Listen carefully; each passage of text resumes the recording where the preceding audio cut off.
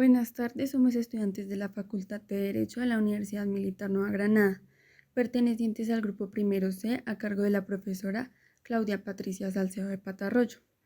Los integrantes de este grupo son Daniel Bello, Valentina Gutiérrez, Isabela Velázquez, Sofía Montaño, Santiago Navarrete y quien les habla, Lina Navarrete. Y hoy les explicaremos lo que era el régimen de las personas en el derecho romano, como nos lo explica Carlos Medellín Forero. En el régimen del derecho romano se contemplan tres estados fundamentales, los cuales son el estado de libertad, el estado de ciudadanía y el estado de familia. Estado de libertad.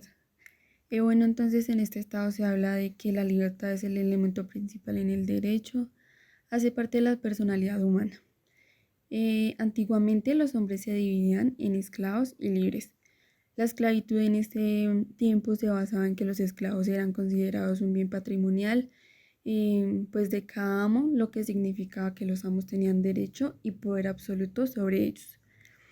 La esclavitud siguió existiendo durante las siguientes épocas, pues sin embargo con el tiempo iba disminuyendo. Estado de ciudadanía. Los hombres se dividían en ciudadanos y no ciudadanos.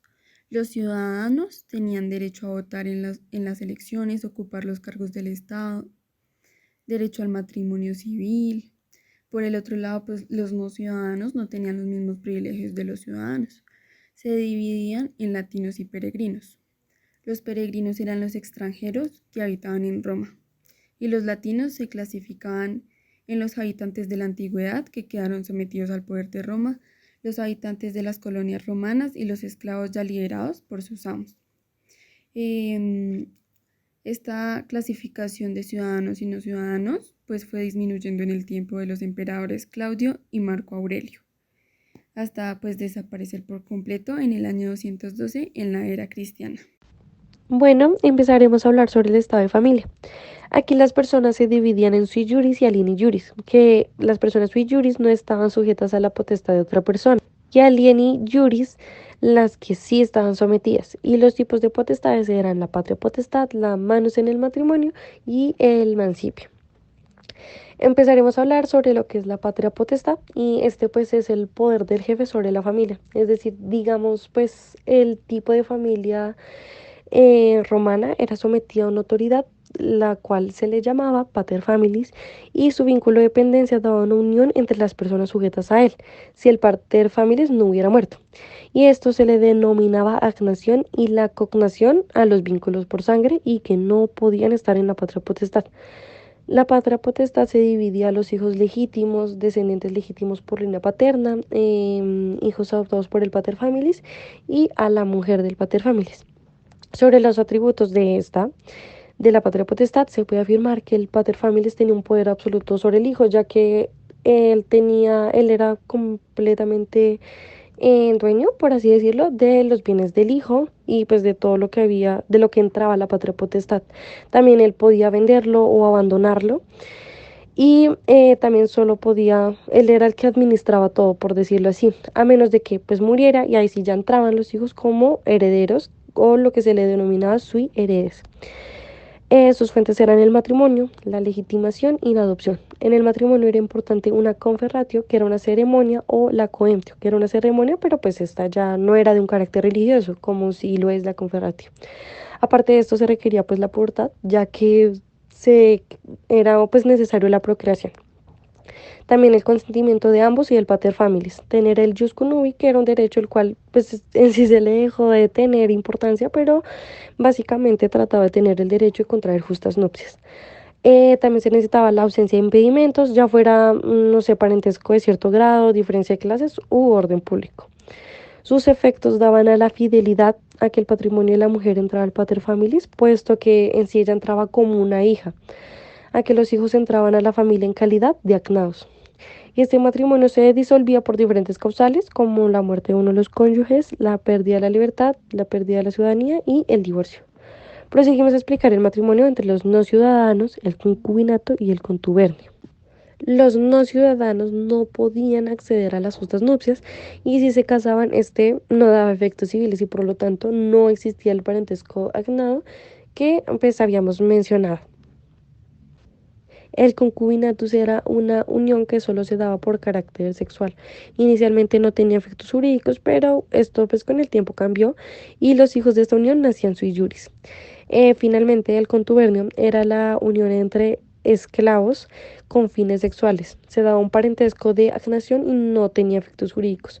Otra forma de adquirir la patria potestad era la adopción y este trataba de recibir en la familia a un hijo o nieto y se tenían que tener requisitos como que el adoptante fuera sui juris para que pudiera ejercer la patria potestad. También tenía que ser un varón el que adoptara, aunque adelante cambió y pues la mujer también podía adoptar por si perdía hijos.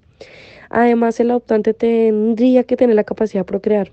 También se requería que, digamos, si el adoptante adoptaba eh, a un niño, tenía que tener, o sea, como hijo, tenía que tener 18 años más.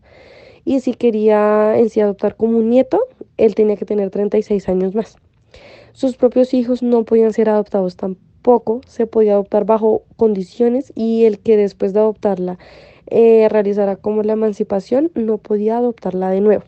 Es necesario decir que cuando la adopción implicaba a un sui juris, esta se llamaba, ya no era adopción, sino adrogación, donde el Pontifex Maximus le preguntaba al pueblo y si estaban de acuerdo, le preguntaba primero al pueblo y al adrogante y al adrogado, a ver pues si estaban de acuerdo con lo que se iba a realizar.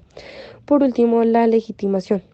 Esta constaba en que los hijos que nacieron del concubinato se les consideraba como hijos legítimos y se dividía en tres modos. Subsequens matrimonium, el cual constaba en que el padre contraía matrimonio con una concubina que le había dado hijos. Seguimos con la oblatio curiae, consiste en dar un hijo natural para el cargo de decuriono, puesto que en sí el cargo de decuriono no era como muy agradable, por decirlo así. Y por último, rescriptum principi, que en el derecho justiniano se tenía permitido que estando la mujer ausente de su hijo natural, el padre pudiera tener la legitimación por un decreto. La patria potestad se extinguía por la capitis diminutio del padre o el hijo, por la adopción plena, por dignidades civiles que no eran compatibles con su estado de alini juris y por último la emancipación, que era un acto voluntario desde el padre en donde se excluía a alguien del poder o se excluía de la patria potestad básicamente. En esta se necesitaba consentimiento de ambas partes y podía ya, o sea, no sé, se podía hacer por venta o por una declaración de voluntad. También existían otras potestades como la manus, la cual era una potestad del matrimonio civil. El mancipium, que consistía en la potestad que se le adquiría a otra persona libre, y el hijo dado en el mancipium quedaba en un tipo de semiesclavitud. Además, las personas sui juris se dividían en capaces, es decir, con aptitud jurídica, para decidir por su cuenta, e incapaces que no podían decidir por su cuenta.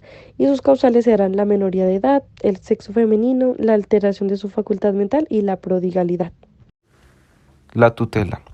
La tutela era un poder otorgado por el derecho civil a una persona a quien protegía debido a que por su edad no pueden defenderse a sí mismos. La mujer quedaba fuera de dicho beneficio debido a su sexo.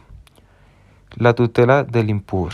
Bueno, la tutela del impuber, hay tres maneras diferentes de tener el cargo de tutor impuber. Estas tres maneras son: la primera es la designación por el testamento del jefe de familia. La segunda es el llamamiento de ley y la tercera y la última es la designación por el magistrado. Estos tres modos corresponden a las tutelas testamentarias, legítima y dativa, instituidas en nuestro derecho civil, Código Civil, artículo 443. Tutela testamentaria. En este caso, el jefe de familia nombraba en su testamento un tutor a sus hijos que, hallándose bajo la parte potestad, quedaban impúberes a la muerte de aquel. La tutela legítima. La tutela legítima se establece bajo el derecho de justicia. Esta es aquella que por falta de nombramiento de un testamentario recae sobre un miembro de la familia o alguien designado por la ley. Tutela dativa. En este caso de esta tutela, el tutor era nombrado a sí mismo o designado por los familiares del pupilo del defendido. ¿Quién podía ser tutor del impúber? Cualquier persona que no tuviera alguna incapacidad legal podía ser tutor del impuber. Formalidades previas para entrar a ejercer la tutela. Bueno, la primera formalidad es que el tutor debía hacer un informe acerca del inventario total del patrimonio. Si el tutor no hacía el informe como lo decía la ley, este iba a ser declarado como fraude. En segundo lugar, dice que tanto el tutor legítimo como el dativo deben dar cumplimiento a una promesa para cuidar el patrimonio que tienen a cargo. Y en tercer lugar, dice que en esta época se le pide al tutor declarar si es deudor o acreedor del pupilo. Bueno, la gestio y autoritas. A un proceso jurídico se le llama gestio y a una intervención de poder por parte del tutor se le llama autorita. Cuando el pupilo está en memoria o en menoría de edad, el tutor interviene por él hasta que dicho pupilo cumpla la edad necesaria para no necesitar el apoyo del tutor. Límites de las funciones del tutor. El tutor era el administrativo, el administrador del patrimonio del pupilo y teniendo en cuenta el interés del pupilo, él administraba el patrimonio. Fin de la tutela. La tutela tenía un límite de tiempo y podía terminarse por otros motivos. En primer lugar, por la llegada del pupilo a la pubertad. Salvo que la mujer en el derecho antiguo sí estaba sometida a la tutela perpetua, así ya tuviera el cumplimiento de edad necesario. En segundo lugar, por la muerte del pupilo y en tercer lugar, por la capitis diminutio del mismo. Bueno, otros motivos para que esa tutela se fuera abajo si finalizara es la muerte del tutor o también por la llegada del término o de la condición cuando la tutela era testamentaria.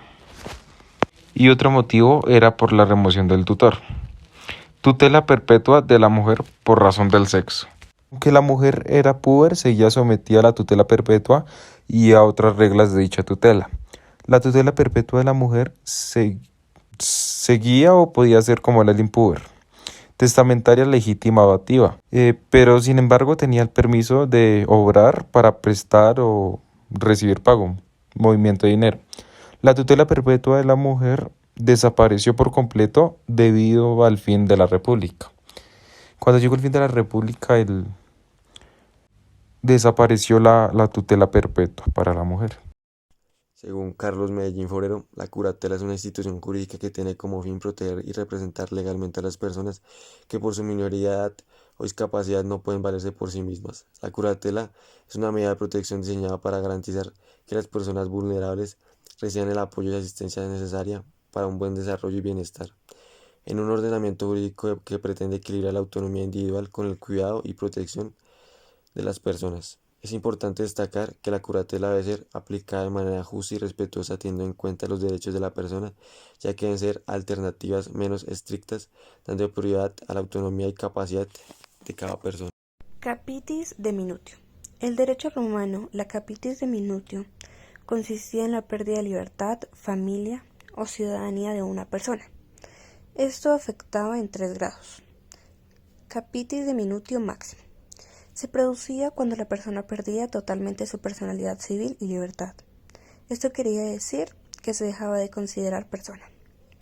Capitis de minutio media.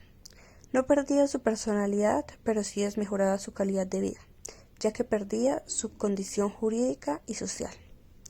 Capitis de minutio mínima. Esta se producía por varios factores. Cuando el ciudadano cambia de familia, como ocurría en la adopción, la derogación, la legitimación y la emancipación.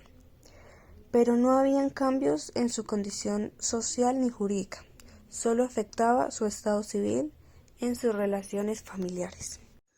Las personas morales. El autor las define como entidades jurídicas que pueden realizar actos y adquirir derechos y obligaciones en nombre propio. Estas están compuestas por un conjunto de personas naturales que se unen en empresa o sociedad con un patrimonio individual diferente, Carlos Medellín Forero resalta que estas personas no pasan por extinción, ya que pueden seguir con su existencia a pesar de que sus miembros cambien con el tiempo. Las personas morales tienen la capacidad de demandar y ser demandados en tribunales. Estas son reguladas por el derecho en sociedad con unas normativas específicas, dependiendo cada una de las entidades donde se explica la creación, el funcionamiento, el gobierno y la extinción de cada uno de los casos.